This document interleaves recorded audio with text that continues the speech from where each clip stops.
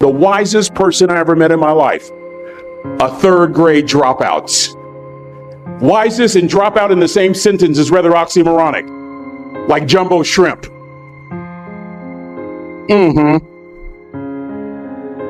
Like fun run. Ain't nothing fun about it. Like Microsoft Works. Y'all don't hear me. I used to say like country music, but I've lived in Texas so long. I love country music now. I hunt, I fish, I have cowboy boots and cowboy. Y'all, I'm a black neck redneck. Do you hear what I'm saying for you?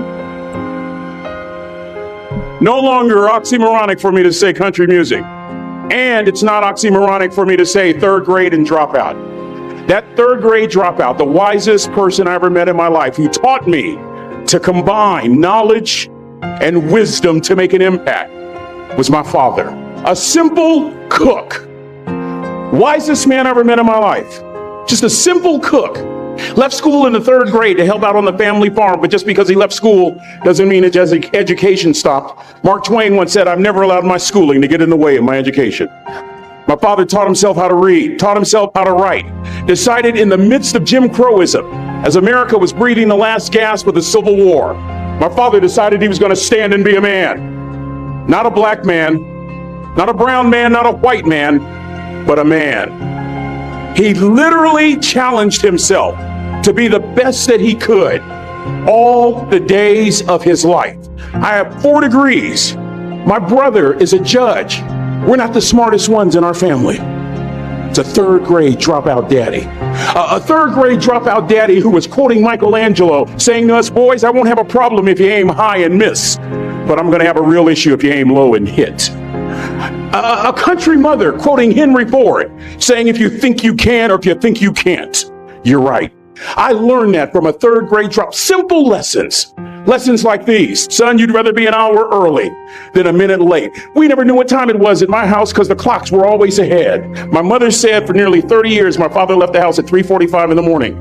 One day she asked him, "Why, Daddy?" He said, "Maybe one of my boys will catch me in the act of excellence." I want to share 2 things with you. Aristotle said, "You are what you repeatedly do." Therefore, excellence ought to be a habit, not an act.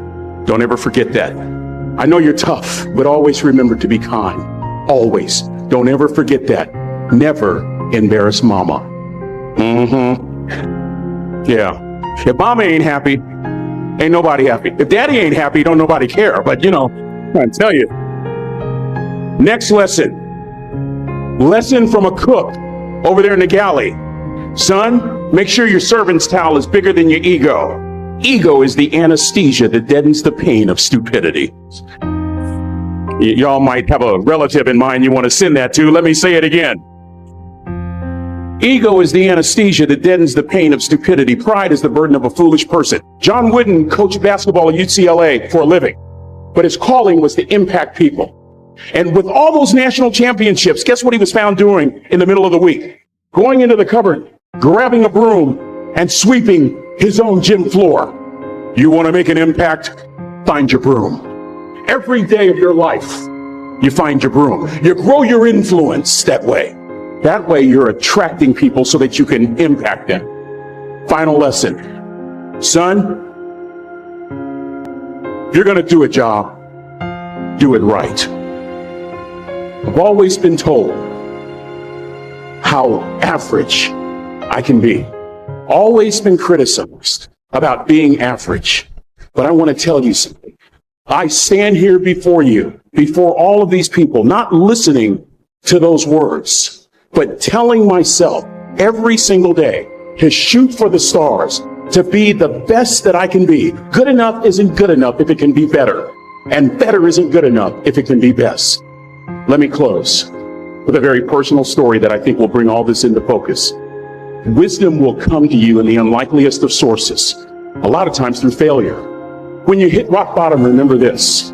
While you're struggling, rock bottom can also be a great foundation on which to build and on which to grow. I'm not worried that you'll be successful. I'm worried that you won't fail from time to time. Person that gets up off the canvas and keeps growing, that's the person that will continue to grow their influence.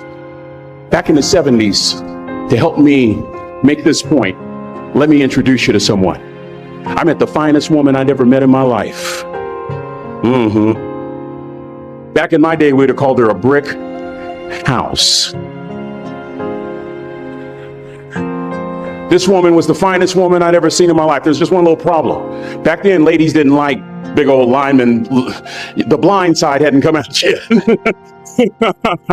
They like quarterbacks and running backs. We're at this dance, and I find out her name is Trina Williams from Lompoc, California, and we're all dancing, and we're just excited. And I decide in the middle of dancing with her that I would ask her for her phone number.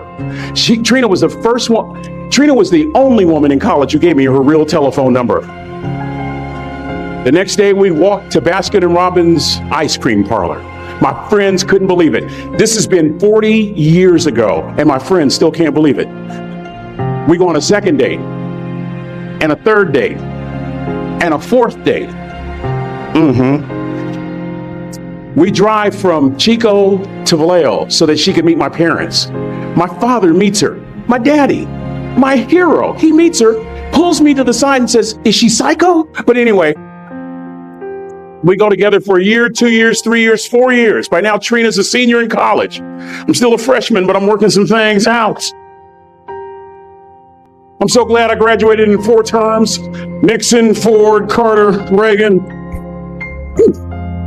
So now it's time to propose. So I talk to her girlfriends, and it's California. It's in the 70s, so it has to be outside. Have to have a candle, and you have to have, some chocolate. Listen, I'm from the hood. I had a bottle of Boone's Farm wine. That's what I had. She said yes.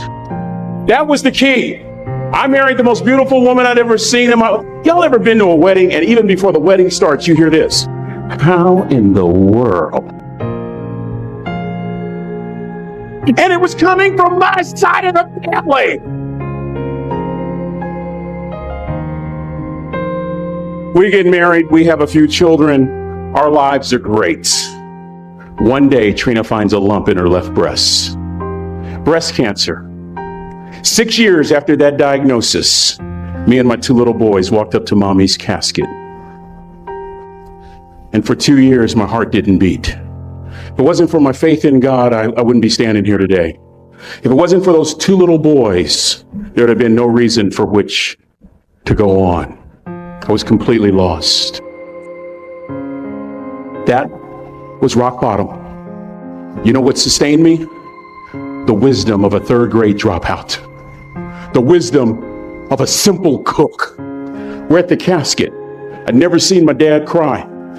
But this time I saw my dad cry. That was his daughter. Trina was his daughter, not his daughter-in-law. And I'm right behind my father, about to see her for the last time on this earth. And my father shared 3 words with me that changed my life right there at the casket. It would be the last lesson he would ever teach me. He said, "Son, just stand. You keep standing. You keep standing, no matter how rough the sea, you keep standing." And I'm not talking about just water. You keep standing. No matter what, you don't give up.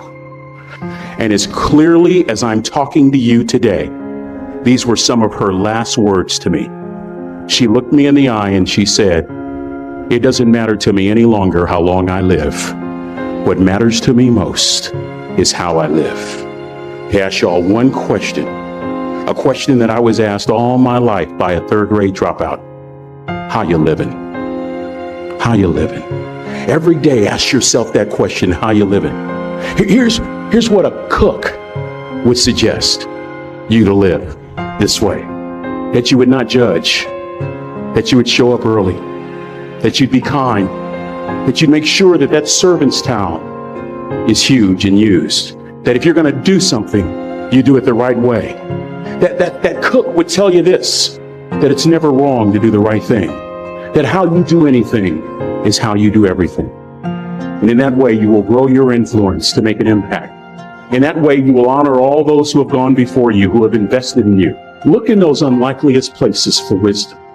Enhance your life every day by seeking that wisdom and asking yourself every night, how am I living? May God richly bless y'all. Thank you.